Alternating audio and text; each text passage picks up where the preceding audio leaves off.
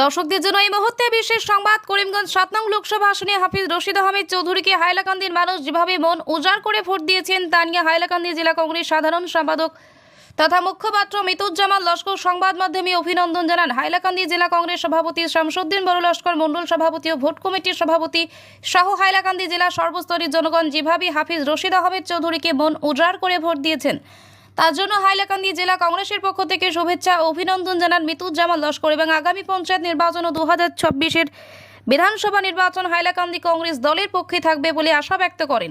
SP24 TV এর পর্দায় আজকে আমাদের হাইলাকান্দি জেলাতে এই যে সাফল্য এসেছে, কী জন্য এসেছে?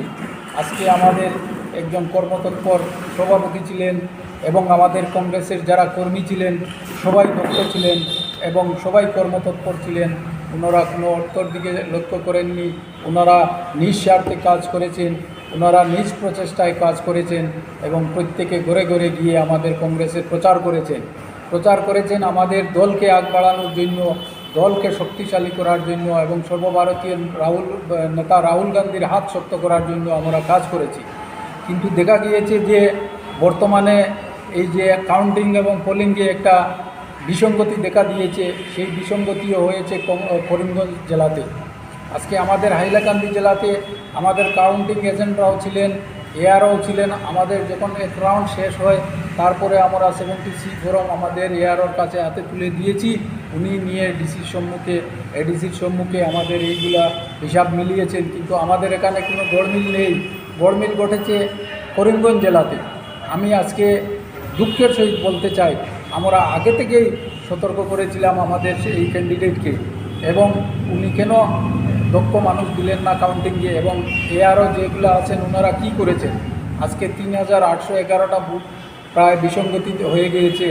আমাদের এই করিমগঞ্জ লোকসভা আসনে বুথ টোটাল কাস্টিং হয়েছে 11,37,811 বুথ কাস্ট হয়েছে, কিন্তু দেখা গিয়েছে সেখানে কাউন্ট হয়েছে আমাদের 11,40,000 থেকে বেশি আরও বুথ কাউন্ট হয়ে গিয়েছে। তো এই যে এত বড় একটা স্ক্যাম হয়েছে সেটা কিভাবে হলো, সেটার সঠিক তদন্ত করার জন্য আমি আজকে এই আমাদের নির্বাচন কমিশনারের কাছে আপনার মাধ্যমে আমি অনুরোধ করছি। এবং আজকের দিনে আমাদের হাইলাকান্দি জেলা কংগ্রেসের যারা বিরোধিতা করছে এবং আমাদের হাইলাকান্দি জেলা কংগ্রেসের সভাপতির বিরুদ্ধে যারা কথা বলছে, আমি তাদেরকে উদ্দেশ্য করে দুই একটি কথা আপনার মাধ্যমে বলতে চাই। ওনাদের জানা থাকা দরকার, আমাদের যে 602টা বুথ সেন্টার ছিল, সেই 602টা বুথ সেন্টারে আমরা এজেন্ট দিয়েছি।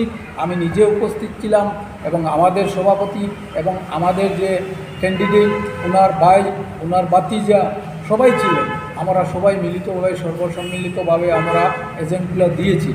এবং যদি আমাদের এই এজেন্টগুলো দেওয়া না হতো তাহলে আমাদের এই যে 602টা বুথ সেন্টারে আমরা যে 70C ফর্মগুলো কীভাবে আমরা কালেক্ট করলাম। আজকে আমাদের এই 70C ফর্মগুলো কালেক্ট করার পরে আমাদের এখানে এনে আমরা এইগুলা কাউন্ট করেছি। কাউন্ট করার পরে আমরা আমাদের বুথ কাউন্টিং হলেও নিয়েছি। দেখা গিয়েছে যে আমাদের ব্যালট বক্সে এবং আমাদের কাউন্টিং এজেন্টের যে আমাদের ইলেকশন এজেন্ট যে ছিলেন এবং পোলিং এজেন্ট যে ছিলেন সেই 70C ফর্মে আর আমার এই ব্যালট বক্সে সেই অ্যাকুরেট হয়েছে। আমাদের এখানে কোনো বিসঙ্গতি হয়নি। সুতরাং আমি হাইলাকান্দির সর্বসাধারণ এবং সর্বস্তরের জনসাধারণকে আমি ধন্যবাদ জানাচ্ছি, ধন্যবাদ জ্ঞাপন করছি।